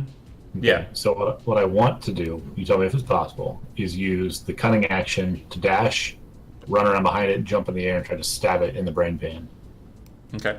It's pretty high, so you're going to have to kind of get up onto it. You're basically going to have to flip over it and land behind it. So do me a favor and make an acrobatics check. And I use the dash to get behind it and jump off of one of its own legs. So basically, you getting around it is kind of fine, but yeah, jumping off of its leg is what I'm talking about. Is getting up there to get into it is the acrobatics check. 14. Okay, you vault up there. Go ahead and make an attack against the brain band. 26 to hit. That is really good. Bear with me here. I just need to read my own stuff that I wrote. It's been a while since I've used an envelope. This would be this is piercing damage, not slashing, and then the sneak attack will be a 6 on top of it. The envelope has a glass dome atop its head that shows the underlying source of its vitality. Any damage dealt with bludgeoning or piercing is doubled. Go ahead and use your damage, and it has an adjacent ally, so sneak attack. Yep. Do I double the sneak also? All damage is doubled. Okay, so 15, 30. 18, 30. To the brain Okay. pan.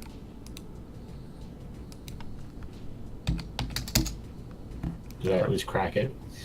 You actually hit it, and a bit of the nasty blue fluid starts to ooze out of it, and there's a decent sized crack to it. You didn't get it the point of it entered the glass a little bit, but it didn't go through the glass. You get what I'm saying? More like a glancing blow. It Deflected a little bit. It didn't go straight in. It stuck, but it didn't go all the way in. Yeah. Gotcha. It's too thick. Yeah. But not anymore. It looks like it's a decent amount of cracking in that region. As it kind of takes the hit and it's kind of facing away from you, you hear it go, and it spins its center waist fully around so that the back legs are the front legs, and it's now facing off against you. Its eyes narrow down at Jun, and it goes in on him. First, it'll. So on my way down, I just say, Paladin! Yep. You're adjacent to the Paladin. I don't remember if you have the protection fighting style. What fighting style do you have? Just attack and we'll see what happens. What's that? I don't have protection. Oh, got it. So it's going to use its attack against Jun. This is not going to feel good. I just know it. It doesn't. Ooh, that's a possible crit. It Or hurts a lot. that is a crit. I'm sorry, I don't know why my 3rd edition is showing. That is a crit.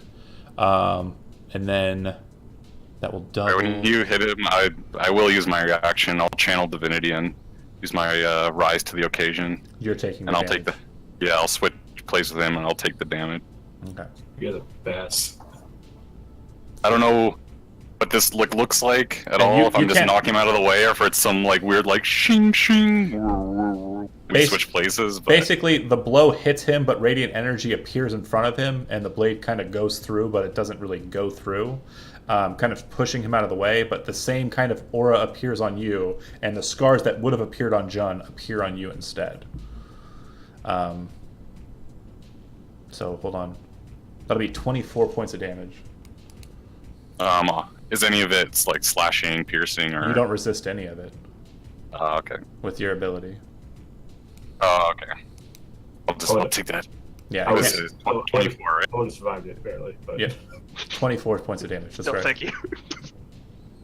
And he will use his bonus action to use Arcane Blast on Jun. All right. 19 hits. So that'll be a total of 7 force damage. And make a strength saving throw, Jun. 15. Okay. It feels like it's trying to shunt you back with force energy that burst out from the shield. All right. And as a note for me and also for you to explain myself later, it does not move. Cypress. So it's back as Timmy now. Correct. So- I'm going to go against my previous judgment. The head not Following- spin, all right. Only the torso spun. Only the torso spun. Yeah. The head's facing you. It's looking at you. So it kept the head in its alignment. Okay, so the crack is now facing Zach. Correct. Yeah, I'm gonna go against my previous judgment and follow Jun's advice and try to bite at that Okay. brain. To get jar. your head up to that brain jar, it's going to be either an athletics or an acrobatics check to get up there. Let's do athletics. Oh, Five. Dick. You hop up onto the leg, and as you do so, you kind of like move your head to kind of grab at the spine of it.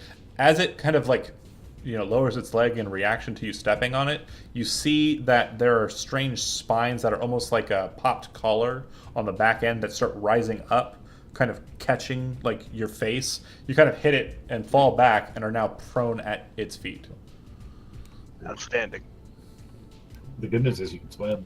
Yeah, you can use, I would say that would have taken about 10 feet of your movement. You can use half of your total movement to get back up, 5 feet of movement remaining.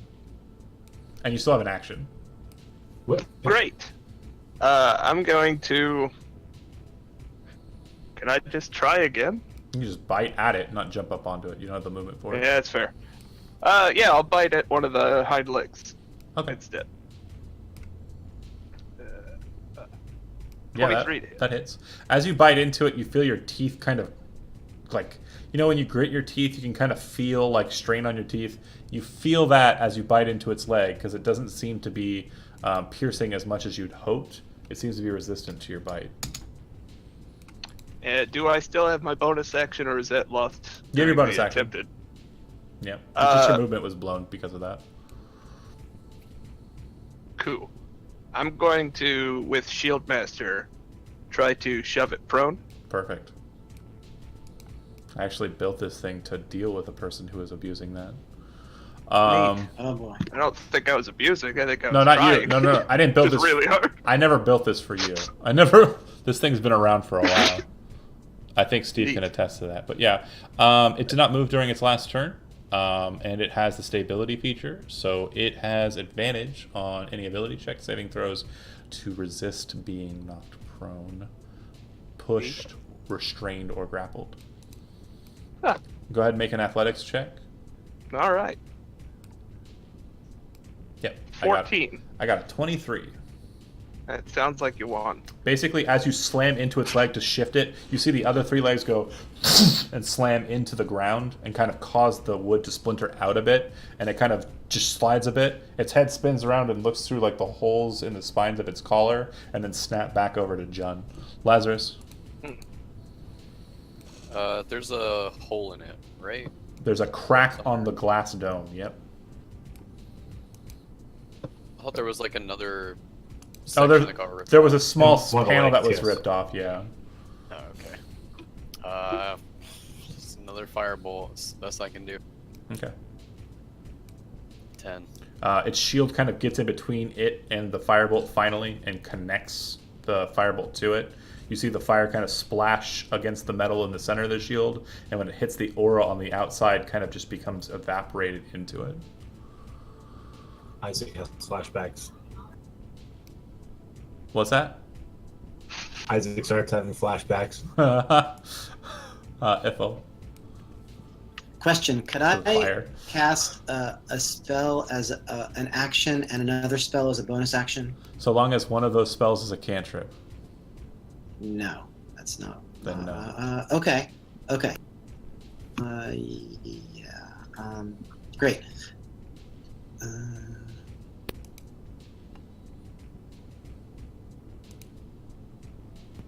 None of this is helpful. Okay, I'm gonna cast Healing Word on Isaac. Okay. That's second level. Give us 2d4 plus slots. 13. Mm-hmm. Let's make sure the math here is right, That's good. because I know that you get. It is +8. Okay. Okay. Just making sure, because I think you add the level of the spell to the heal, I right? did. So, Okay. so you see that the first level is +7 and the second level is Oh, I see. +8. Okay, very good. Yeah, that math is So always Isaac gets back 13. 13 points. Sexy. Feels And that's good. it.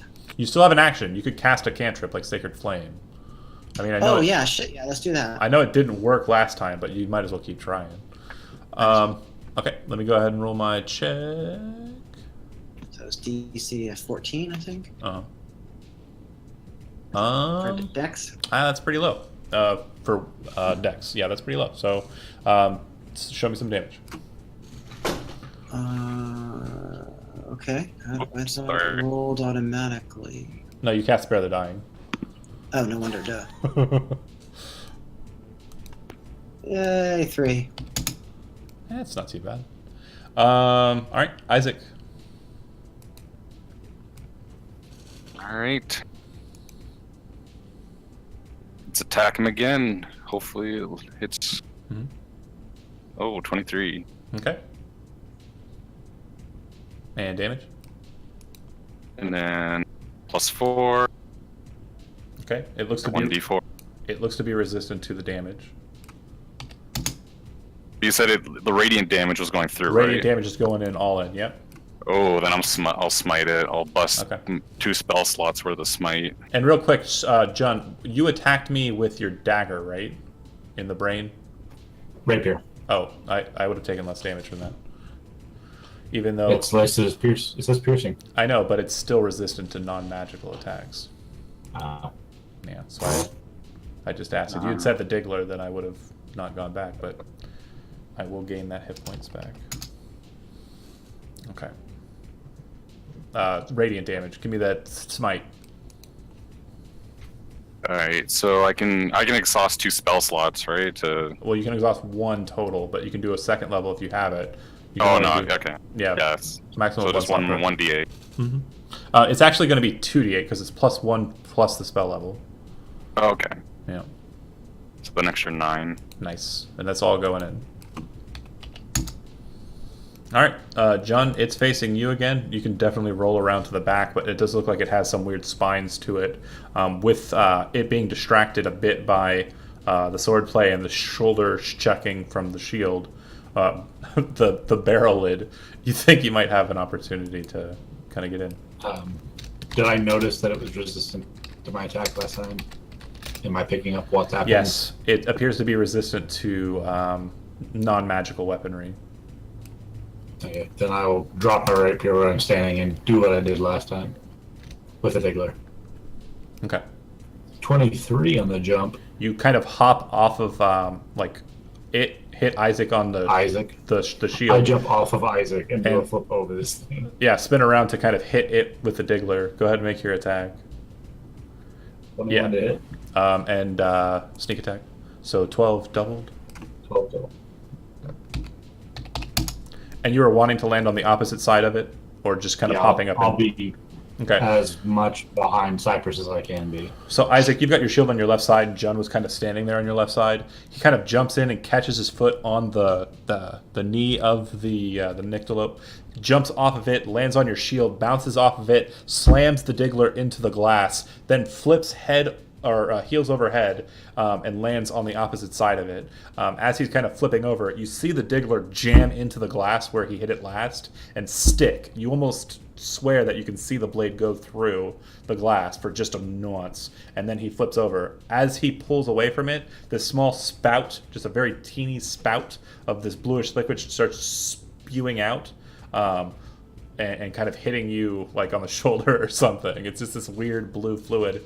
As you kind of look to it and look to it and kind of smell, it has like an almost formaldehyde kind of smell to it. Gross. Cool. So Okay. it's kind of almost like an embalming fluid or something. Something like that, yeah. As it kind of does that, its eyes kind of like close and like become black and then become red, become black, become red, and then it spins on its waist again. When it does so, its shield stays behind it, and it almost looks like it's kind of holding itself against you, and then the sword arm, as it's spinning, just swipes in at where Jun's standing.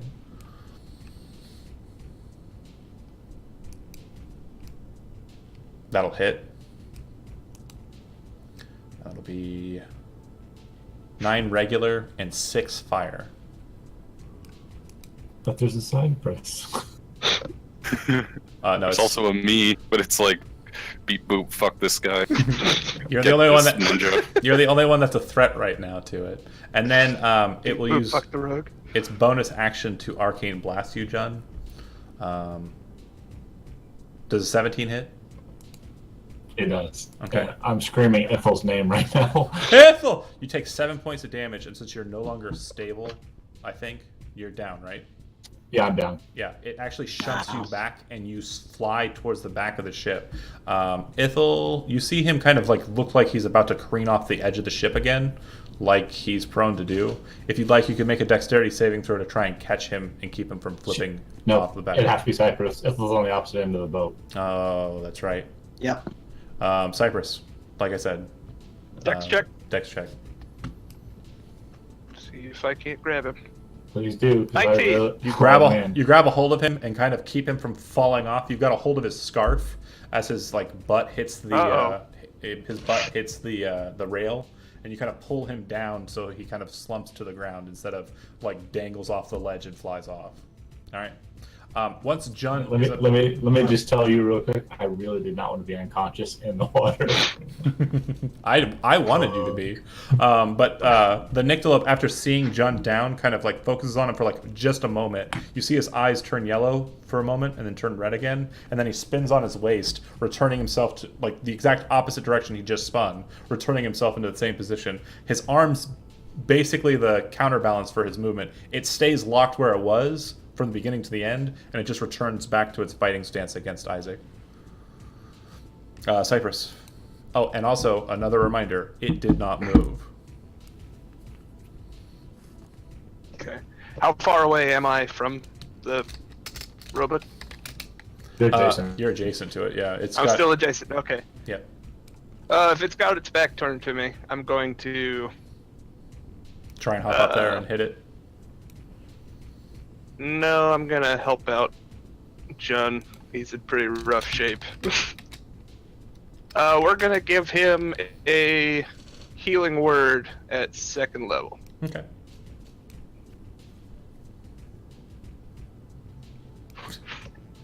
It's got to be more than that, because you add your wisdom modifier.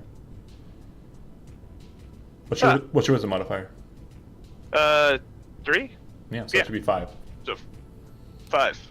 You're welcome. That's 2nd level. I don't want to hear any judgment. He rolled 2. He rolled 2 ones. Yeah. You can see the math. You can see the math in the first one. That's impressive. Yeah. Well, cool. You're welcome. And with my action, I'm going to turn and try to bite that same leg, if it's still facing the same direction. Okay.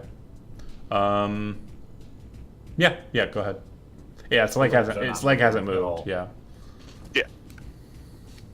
19 to hit. That hits, and 5 piercing. as before, it doesn't look like it's terribly effective.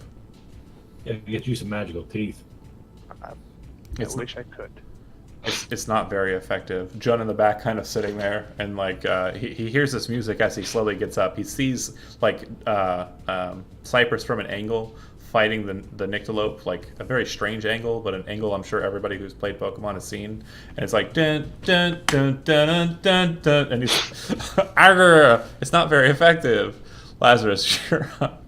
It was a bad joke. I tried though. I enjoyed it. Come on, for alligator, get in there. Round 3, another fireball. Do it to it. 12.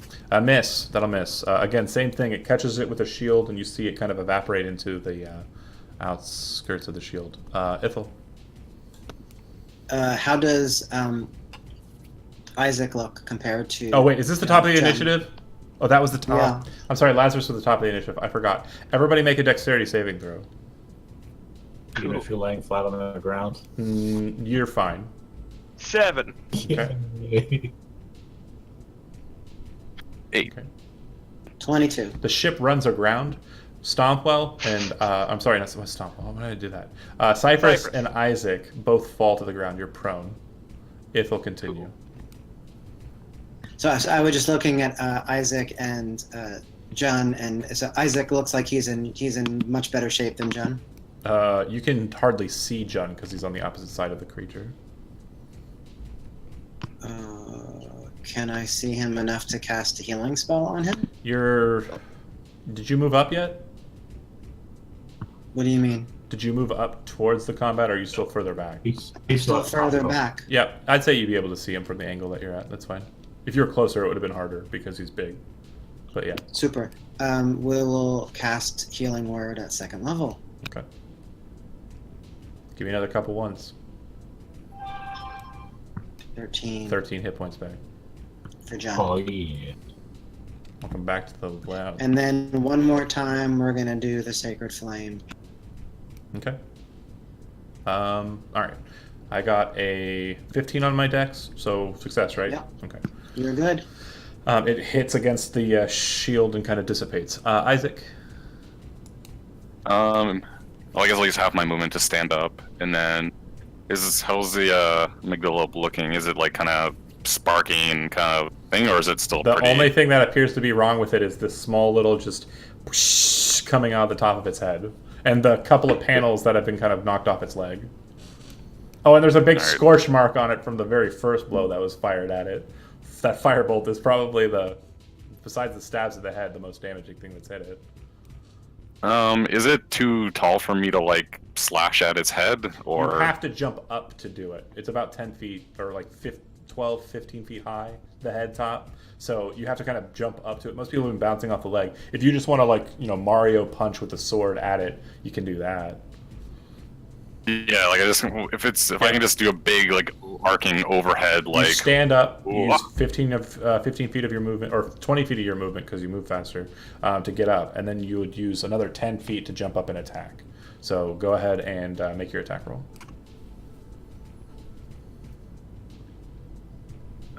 15. That will miss. So basically, as you're hopping, it kind of like settles itself. Oh, did you make an athletics check? Sorry. No. Make an athletics check. No, I didn't know because I was just jumping straight up. Like Yeah, I'm I not know, trying I to do know. anything crazy. It's just to see if you can kind of get up that height. 15. Yeah, you're fine. So you kind of hop up. Most of it is for. Did you roll a 1? Because I want to see how bad you fell. Okay. Yeah, that's what the point of that is. So, but you jump up and swing at it. It kind of sparks against the chin of the thing, and the teeth kind of like weirdly move inside of its face. All right, Jun, you are 10 feet away from it. It takes 15 feet of movement for you to get up. 10 feet of movement for you to move. Nope. What? Takes me. I'm an athlete. Takes me Ah, 5 feet to yeah. get up. Okay, so you see Jun just snap up, like kip up off the ground. Yeah. Skills. Bonus action dash 5 feet off of You that. don't need Stand to, up. You don't need to dash if you just want to get to it. Yeah, because All you right. have 25 Oh feet yeah. of Same movement. deal. I've been. I was Same trying deal to, I've been doing then. I was trying to stop you, but it didn't work. No. Yep. I'm so fast. As you get back up, its eyes glow bright red, staring at you as it's annoyed. 10 for the acrobatics. Not good enough. You can't get a clear shot on the head. I just stab as high as I can. Yep.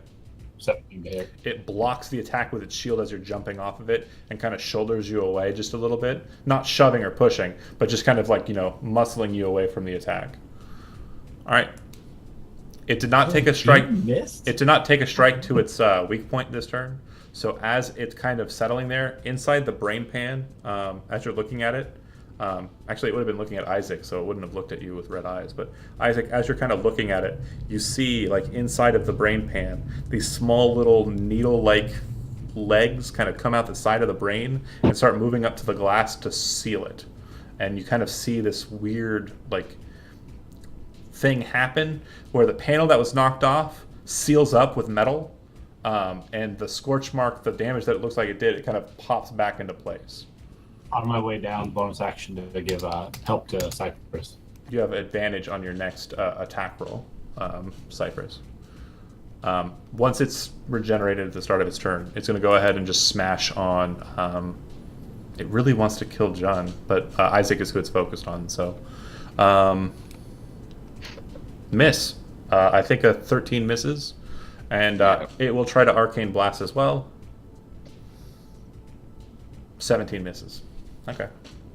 Getting into those bad rolls now. I was doing really well. Cypress. I'm going to try and climb up to the brain pan again.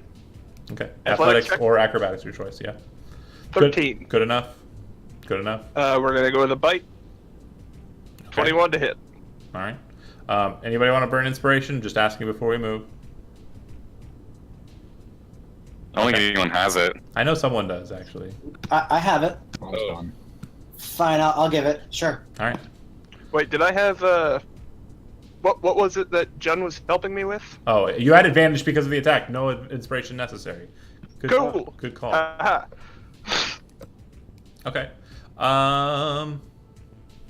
Minus And, 10 because it's going to take double, but not double because half. So 10. You actually do the. I thought advantage. piercing. It is piercing. It's going to double, but because it's non-magical, it's resistant to it. So Oh, I'm sorry. if it was a magical teeth, it would have been 20. But Bummer. I gotta get those magical teeth. for sure. My question to you is, and this is more for flavor. You're Go ahead. going to use your bonus action to bite it again, right? Yes. I will allow you to, if you do so, to maintain a grapple on him with your face. Yes. That was the goal from the start. So what I want you to do- before he got on the boat. Make your second attack, and then make another athletics check. All right, we're going Hungry Jaws on this one. Please just keep like trying to call shots from up there, but with your mouth full. Right. Call it. Do the voice. I guess just bite. It's Hungry Jaws. Yeah. 10. So you kind of get your teeth on him, and then you kind of open your teeth and kind of bite down again, but it kind of slides inside of your mouth as you kind of get more of your maw on it. And now make an athletics It's rounder than I expected. check. Yes, it is definitely kind of bulbous. 24. Whoa. Despite that, you kind of you're not really holding onto it with your arms or hands. You're kind of just using those to catch footholds. The main strength of you keeping onto it is your face. And you kind of, even though you didn't do more damage to it, you have a pretty good on him. Yeah. All right, Lazarus. Another fireball. Pew pew.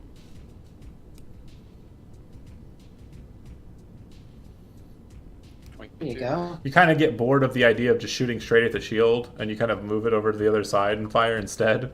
It hits and seems to do quite a bit of damage. All right, Ithel. So Ithel looks again at John and at John Isaac looks and sort of, good. Isaac looks good. Both are outside of. Is John still bloodied, or he's out of the weeds? No, I'm above it. Okay, yeah, they're out of the weeds. okay. I'm going to cast. Honestly, Ethel, move to shore. Just keep it on the ground. Let's get this thing off our boat. Okay, I can do that. I'll start by casting Shield of Faith on Isaac Okay, as a bonus action. You see the moon shield kind of appear around you. I don't know if she's cast it on you before, but you're familiar with the spell. It's just her version of it. And then you hop off the ship. You still have a standard action, and it's still well within range for Sacred Flame. Yep. All right. It will fail its save. So 5 more. Yes. All right. Isaac, emboldened by the shield. Is it like Cypress has got the head or like the dome in his mouth, right? Yeah, but it's big Angle enough. in there. It's big enough that you're still like can see it. I mean, Okay, I just don't want to jump up and hit him in the head No, or something that- if he's. that's Cut not it clean gonna. off. As much now that I think about that, that would be adorable. I am a hat. No, that's not a possibility. He's Okay, also on the good. back I of it just want and on to the cut front. his head off. We knew the risks. Robot with a gator head. All right, let's go. A vertical jump, 13, Good. and a downward slash. Oh, crit. Nice. Woo. Right, this is it. And damage is 12 plus 8. So that'll be a 20. 38. The radiant damage is doubled, so roll that one more time. It's not doubled, it's you roll 2 dice. 13, 23. And it'll have Oh, the smite. it'll have the Smite. 20 and it'll keep half the 20, not doubling it because it's slashing damage. So it'll take 10, 13. And smite the shit out of it. It still counts as an attack against its weak spot, though, for purposes I'll describe later. And it seems that the crack isn't like super. Oh yeah, 11 more radiant damage. Okay. Smite damage, I think it's double on a crit too. It doesn't look like you made any new cracks, but what you did was the cracks that were already set in place by Jun's like double lance. It causes those to start leaking like fluids more. Like you kind of battered it in a bit with the slash instead of just glancing across the top of it. Okay, it's still standing, but yeah, Jun, you're up. Back up there to get that brain. Yeah, but I'll be finishing my movement off the boat. Okay, so you're gonna dart off the side of it. Yeah, so try to stab Bonus my way action, out. disengage. I Yeah. assume. Okay, That'll be fine. 11 to get up there. not good enough. Regular attack. 20 to hit. That'll hit 7 damage. Okay, 7 more. So 14. Yeah, because there's no way that killer croc is not adjacent when he's attached to it. You kind of step to its foot and kind of leap up, but you don't get enough ground. When you kind of forward roll against it, you realize that attacking upwards would be a bad idea because you just hit a bunch of metal. So as you kind of hit and roll underneath and besides its legs, you slash at the gears in between its knee joints, and it kind of shuffles down like in that position. Once it hits that point, it seems to kind of try to turn and oscillate like towards you, which gives you a perfect break point for you to snap away from it and rush off the boat. Just too much crocodile. Yep. As you snap away from it, it did take an attack against its weak point, so it will not regenerate. Its foot snaps and puts it back up to its high elevated height, and it brings its fiery lance or fiery sword down back atop the paladin. 19 misses, right? Nope, because Shield of Faith. You see the moon shield come in and block, kind of weaken the blow. It kind of burns, and you see sparks flying off of the shield. As it gets through, you get enough time to get your shield and bat the attack away.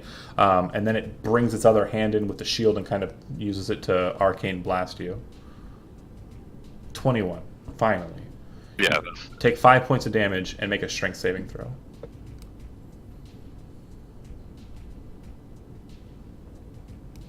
The concussion of force kind of hits Enough. you, but you step your ground and kind of like hold your position. Cypress, you're still attached to its head. If you'd like to make bite attacks, you may do so. Yeah, we're just gonna roll with this and continue biting down on the glass. 24. That's a crit. Okay. So what you guys watch happen is the following.